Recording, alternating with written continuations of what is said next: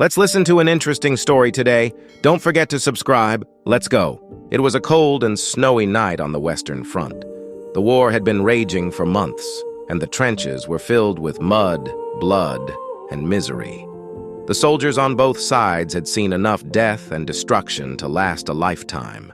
They longed for home, for peace, for a glimpse of humanity in the midst of the madness. On the German side, a young soldier named Hans was feeling particularly homesick. He missed his family, his friends, his sweetheart.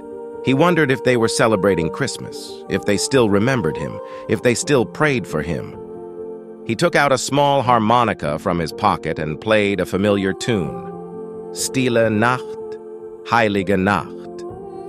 His comrades joined him in singing the words softly, their voices carrying across the barren land. On the British side, a veteran soldier named John heard the music and recognized the melody.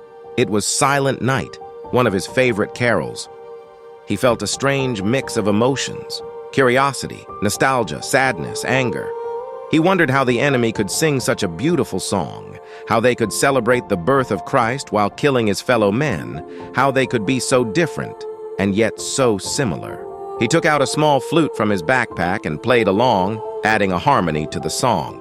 His mates followed him in singing the words in English, their voices echoing in the night.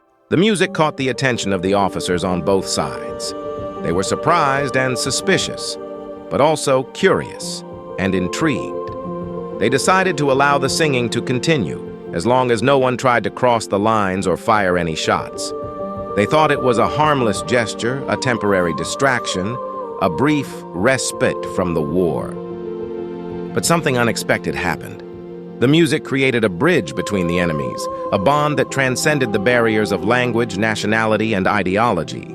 The soldiers started to shout greetings and compliments to each other, to exchange jokes and stories, to share their names and backgrounds. They realized that they had more in common than they thought, that they were all human beings with hopes and dreams, fears and regrets, loves and losses.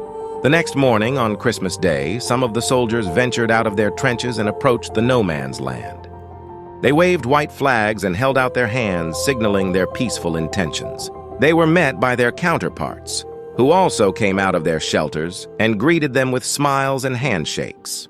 They exchanged gifts of cigarettes, chocolate, wine, and souvenirs. They showed each other pictures of their families and friends. They played a game of football with a makeshift ball, cheering and laughing like children. They sang more carols and hymns, praising God and wishing each other a Merry Christmas. For a few hours, the war was forgotten.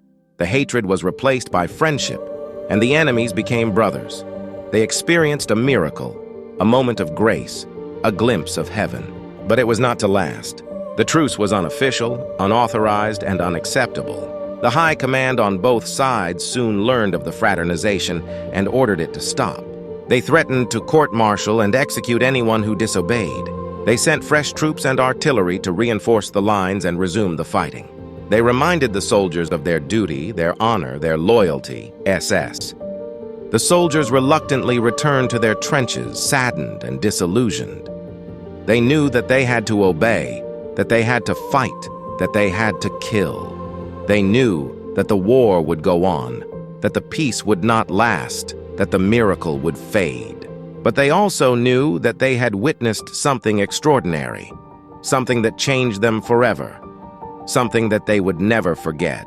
They knew that they had celebrated the Christmas Truce. Well, if you enjoyed the story, please like and subscribe.